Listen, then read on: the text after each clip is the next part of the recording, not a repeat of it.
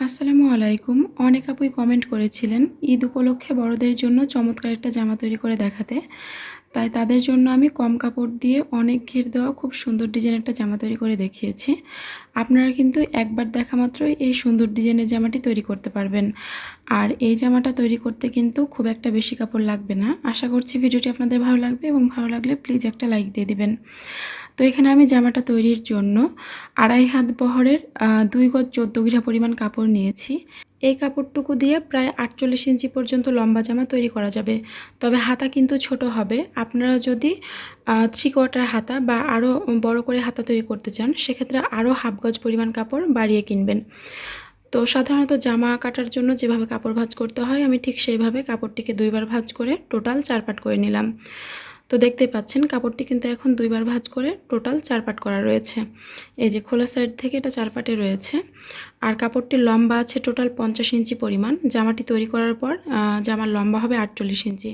তো প্রথমে আমাদের কাপড়টির ওপরের দিকের বন্ধ সাইড থেকে জামার পুটের মাপটা নিতে হবে। তো এখানে আমি 38 বডির জন্য জামাটি তৈরি করব, তাই পুট নিলাম 6 ইঞ্চি পরিমাণ এবং আর্মহোলের জন্য 5.75 ইঞ্চিতে একটা মার্কিং করে নিচ্ছে। এখন এই দাগ দুটিকে প্রথমে একসাথে মিলিয়ে দিতে হবে এবং এই পাশ থেকে আরও একটা দাগ কেটে নিতে হবে। এরপরে এইখান থেকে বডির মাপটা নিতে হবে। তো কাপড়টিকে যেহেতু 4 পাট করা রয়েছে তাই 38-এর 4 ভাগের 1 ভাগ হয় 9.5 ইঞ্চি এবং সাথে 1.5 ইঞ্চি বেশি নিলাম সেলাইয়ের জন্য। তো এরপরে আমাদের কাপড়টির ওপর থেকে পেটের মাপ নিতে হবে। তো আমি 14 ইঞ্চিতে পেটের জন্য মার্কিং করছি এবং 21 ইঞ্চিতে হিপের জন্য মার্কিং করছি। এখন এই দুই জায়গাতে প্রথমে সোজা করে দুটো দাগ কেটে নিতে হবে। তো বডির মাপ নেওয়া কিন্তু হয়ে গিয়েছে। এখন আমাদের জামার পেটের মাপ নিতে হবে। তো সাধারণত বডির যেটা মাপ হয় পেটের এখানে তার চাইতে 1 ইঞ্চি কম নিতে হয়। তো যেহেতু বডি ছিল 9.5 ইঞ্চি তাই পেটের এখানে আমি 8.5 ইঞ্চিতে মার্কিং করে নিলাম এবং 1.5 ইঞ্চি বেশি নিলাম সেলাইয়ের জন্য। এরপর হিপের মাপটা নিতে হবে। তো আমরা জানি যে বডির মাপ এবং হিপের মাপটা কিন্তু সেম হয়, অর্থাৎ একই হয়। তো এখানে আমি প্রথমে 9.5 ইঞ্চিতে মার্কিং করে নিচ্ছি এবং 1.5 ইঞ্চি বেশি নিচ্ছি সেলাইয়ের জন্য।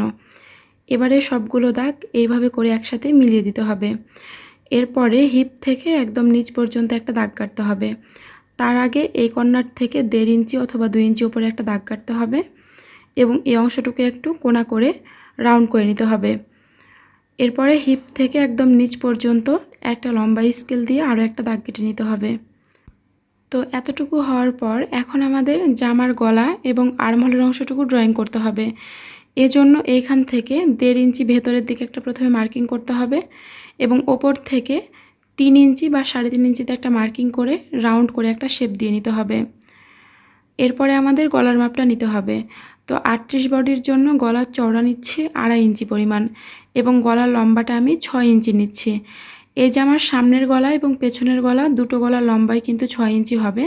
আপনারা চাইলে কিন্তু সামনের গলাটিকে বড় এবং পেছনের গলাটিকে ছোট করে বানিয়ে নিতে পারেন। এখানে যেহেতু দুটি গলাই সমান লম্বা হবে তাই এখানে তালপাটের অংশটুকু কাটিং করার প্রয়োজন নেই। তো এরপর গলা থেকে আর্মহোলের এই দিকে স্কেলটিকে একটু বাঁকা করে রেখে একটা দাগ কেটে নিতে হবে। এবার দাগ অনুসারে কাপড়টিকে কেটে ফেলতে হবে। তো আপনাদের কাছে এ পর্যায়ে ছোট্ট একটা অনুরোধ, যারা এখন আমার চ্যানেলটিকে সাবস্ক্রাইব করেননি তারা প্লিজ আমার চ্যানেলটিকে সাবস্ক্রাইব করে পাশে আসা বেল আইকনে অল ক্লিক করে দেবেন পরবর্তী ভিডিও নোটিফিকেশন পাওয়ার জন্য। দেখুন কাপড়টি কাটিং করা কমপ্লিট হয়ে গিয়েছে। কাপড়টির এই পাশ থেকে যে কাপড়টুকু বের হয়েছে এটা কিন্তু এলোমেলো করা যাবে না। কাপড়টি যেরকমভাবে ভাঁজ করা আছে সেই ভাঁজে কাপড়টিকে আলাদা করে রেখে দিতে হবে। এরপর জামার কাপড়টির ওপর থেকে 14 ইঞ্চি নিচে অর্থাৎ পেটের লাইন বরাবর আমাদের একটা মাপ নিতে হবে। তো কাপড়টির বন্ধ সাইড থেকে এই দিকে 4 ইঞ্চিতে একটা মার্ক করতে হবে। যাদের স্বাস্থ্য ভালো তারা চাইলে এটা 4.5 ইঞ্চিও নিতে পারেন। তো আমি এখানে মিডিয়াম সাইজের জন্য 4 ইঞ্চিতে মার্কিং করে নিলাম এবং আর্মহোলের এইখানে কোণা করে একটা দাগ কেটে নিতে হবে এবং আর্মহোল থেকে এই 4 ইঞ্চির দাগ পর্যন্ত একটু বাঁকা করে আরও একটা দাগ কেটে নিতে হবে। এরপর জামার নিচের দিক থেকে অর্থাৎ নিচের দিকের বন্ধ সাইড থেকে 9 ইঞ্চিতে একটা মার্কিং করতে হবে। এরপরে পেটের এই দাগের সাথে দাগটিকে একটা লম্বা স্কেল দিয়ে মিলিয়ে দিতে হবে। তো ঠিক এইভাবে করে আপনারা কাপড়টির ওপর দাগ কেটে নেবেন।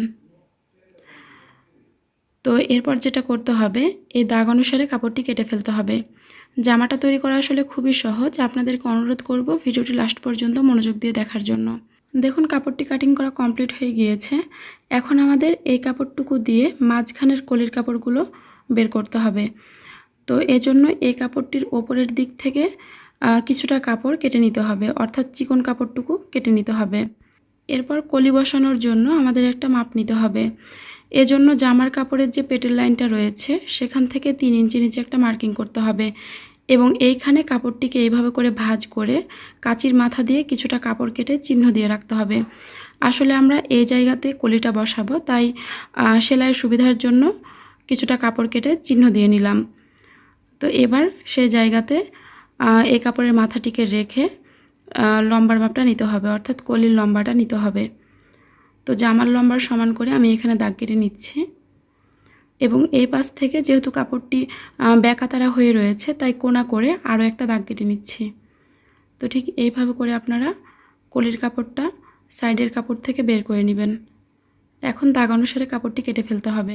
আর এই পাশ থেকে যে এক্সট্রা কাপড়টুকু বের হবে এই কাপড়টুকু দিয়ে জামার হাতা তৈরি করতে হবে। তো আমি এই পাশ থেকেও দাগ অনুসারে কাপড়টি কেটে নিচ্ছি। তো দেখুন আমাদের কিন্তু পুরো জামার কাপড়টি কাটিং করা কমপ্লিট হয়ে গিয়েছে।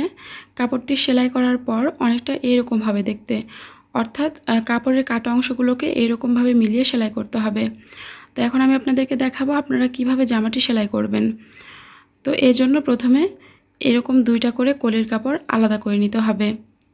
তো আমি যে কোনো একটা পার্ট আপনাদেরকে সেলাই করে দেখাবো, আপনারা সেমভাবে কিন্তু অন্য পার্টের কাপড়গুলোকেও সেলাই করে নেবেন।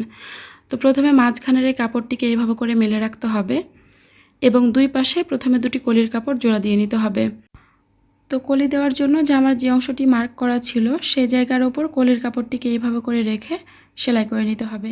একই রকমভাবে কিন্তু অন্য কলির কাপড়টিকেও মার্কিং করা জায়গার ওপর রেখে সেলাই করতে হবে। তো চলুন এখন আমি আপনাদেরকে সেলাই মেশিনে এটা সেলাই করে দেখাই। তো জামার কাপড়টিকে এখানে আমি সোজা করে রেখেছি এবং মার্ক করা জায়গার ওপর কলির কাপড়টিকে উল্টো করে রাখছি।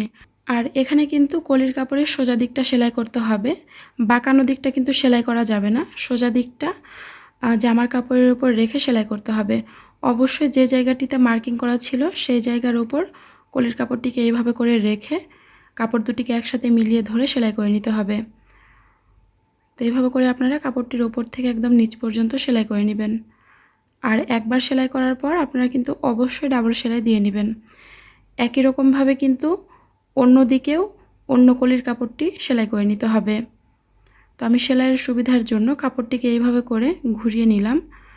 এখন এই যে কলির কাপড়টিকে জামার কাপড়ের নিচে মার্কিং করা জায়গার সাথে এইভাবে করে মিলিয়ে ধরে সেলাই করে নিচ্ছি।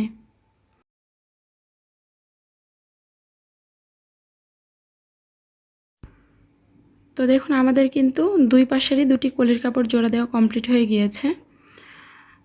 তো এরপর আমাদের সাইডের যে কাপড় দুটি রয়েছে সেই কাপড় দুটি এখন জোড়া দিতে হবে।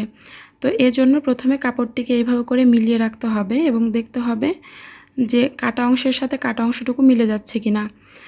তো এরপরে যদি মিলে যায় তখন নিচের কাপড়ের ওপর ওপরের কাপড়টিকে রেখে সেলাই করে নিতে হবে।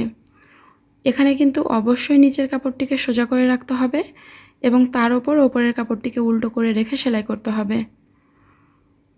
তো এইভাবে করে আপনারা ওপর থেকে একদম নিচ পর্যন্ত সেলাই করে নেবেন। একই রকমভাবে কিন্তু অন্য দিকটাও সেলাই করে নিতে হবে। তো আবারও কাপড়টিকে এইভাবে করে মিলিয়ে রাখতে হবে এবং এরপরে কাপড় দুটিকে একসাথে ভালো করে মিলিয়ে ধরে সেলাই করে নিতে হবে।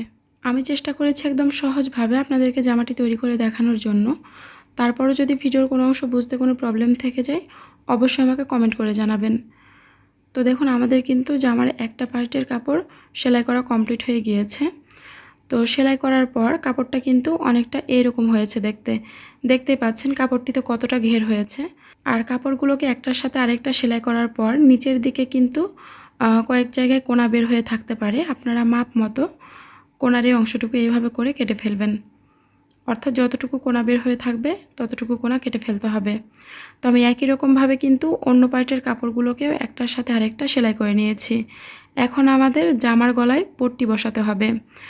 তো পট্টির কাপড় যদি না থাকে বা কম হয় সেক্ষেত্রে আপনারা টুকরো কাপড়গুলোকে একটার সাথে আরেকটা জোড়া দিয়ে এরকমভাবে বড় একটা কাপড় তৈরি করে নিতে পারেন। এরপরে কাপড়টিকে ভাঁজ করে নিতে হবে এবং জামার কাপড়টিকেও এভাবে করে ভাঁজ করে নিতে হবে। এরপরে এই কাপড়ের উপর জামার কাপড়টিকে এইভাবে করে মিলিয়ে রেখে গলার অংশটুকু ড্রয়িং করে নিতে হবে। অবশ্যই দুটি কাপড়ের বন্ধ সাইড একই দিকে থাকবে। এরপরে এই দাগ থেকে 1.5 ইঞ্চি বাইরের দিকে আরও একটা দাগ কেটে নিতে হবে। এখন দাগ অনুসারে কাপড়টিকে কেটে নিলেই গলার পট্টির কাপড় তৈরি হয়ে যাবে। তো প্রথমে এই কাপড়টির খোলা সাইড থেকে কাপড়টিকে উল্টো দিকে চিকন করে ভাঁজ করে সেলাই করে নিতে হবে। তারপরে গলার কাপড়ের সাথে এটা জোড়া দিতে হবে, তাহলে সেলাই করতে সুবিধা হবে। এখন জামার কাপড়টিকে সোজা করে রাখতে হবে এবং এর ওপর পট্টির কাপড়টিকে উল্টো করে রেখে দুটি কাপড় একসাথে ভালো করে মিলিয়ে ধরে সেলাই করে নিতে হবে। তো দেখুন কাপড়টি সেলাই করা হয়ে গিয়েছে। এখন সেলাইয়ের বাইরের কাপড়ে কিছু দূর পর পর ছোট ছোট করে কয়েক জায়গা কেটে নিতে হবে। এখন গলার পট্টির কাপড়টিকে উল্টো পাশে এইভাবে করে ভালো করে উল্টে নিতে হবে। আপনারা চাইলে কিন্তু মেশিনের ধার দিয়ে কাপড়টিকে খুব ভালো করে উল্টো দিকে উল্টিয়ে নিতে পারেন। তো কাপড়টিকে ভালো করে উল্টো দিকে উল্টানোর পর এখন পট্টির কাপড়ের খোলা সাইড বরাবর একটা সেলাই বসিয়ে নিতে হবে।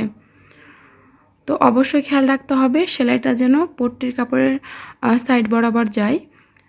সেলাই যদি পট্টির কাপড়ের ওপর দিয়ে না যায় সেক্ষেত্রে কিন্তু পট্টির কাপড়টা উল্টো দিকে ভালোভাবে বসে থাকবে না, সোজা দিকে বের হয়ে যাবে। তাই অবশ্যই খেয়াল রাখবেন যেন পট্টির কাপড়ের ওপর দিয়ে সেলাইটা বসে। তো দেখুন একটা গলা তৈরি করা কমপ্লিট হয়ে গিয়েছে। একই রকমভাবে কিন্তু আমি অন্য পার্টেরও গলার অংশটিকে সেলাই করে নিয়েছি।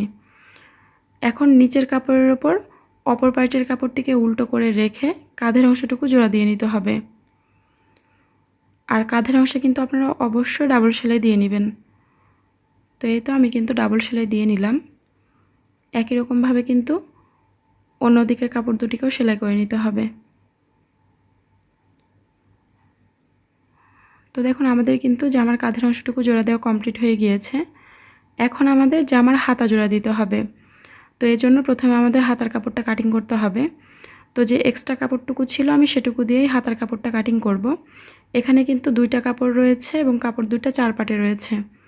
তো প্রথমে আমাদের এই পাশ থেকে কাপড়ের চওড়াটা নিতে হবে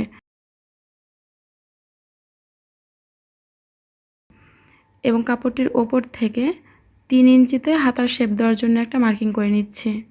এখন এইখানে সোজা করে একটা দাগ কেটে নিতে হবে এবং এই পাশ থেকেও আরও একটা দাগ কেটে নিতে হবে।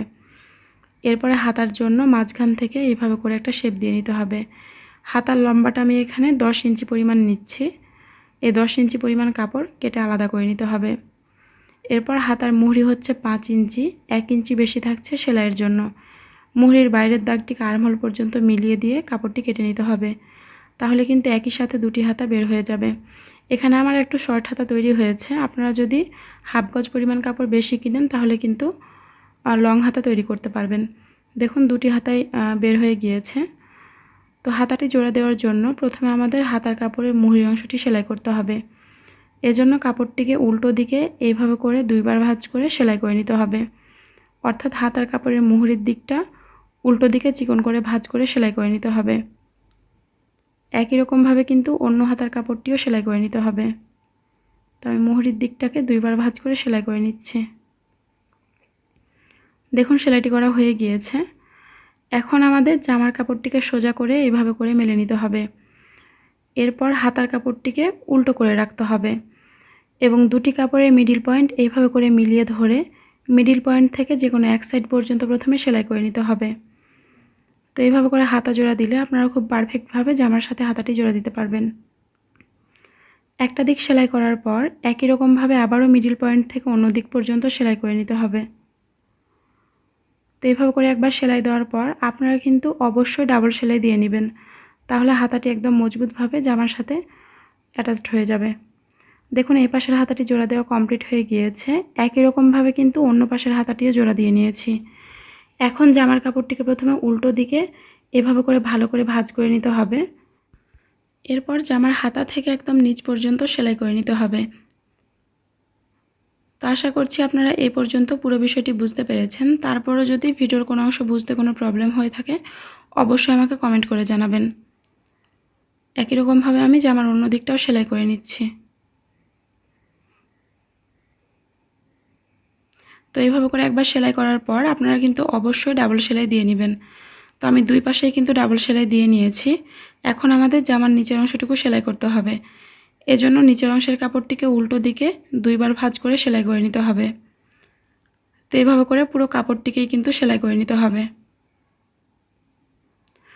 দেখুন আমাদের কিন্তু পুরো জামাটি তৈরি করা কমপ্লিট হয়ে গিয়েছে। ভিডিওটি ভালো লাগলে প্লিজ একটা লাইক দেবেন। সবাই ভালো থাকবেন। আল্লাহ হাফেজ।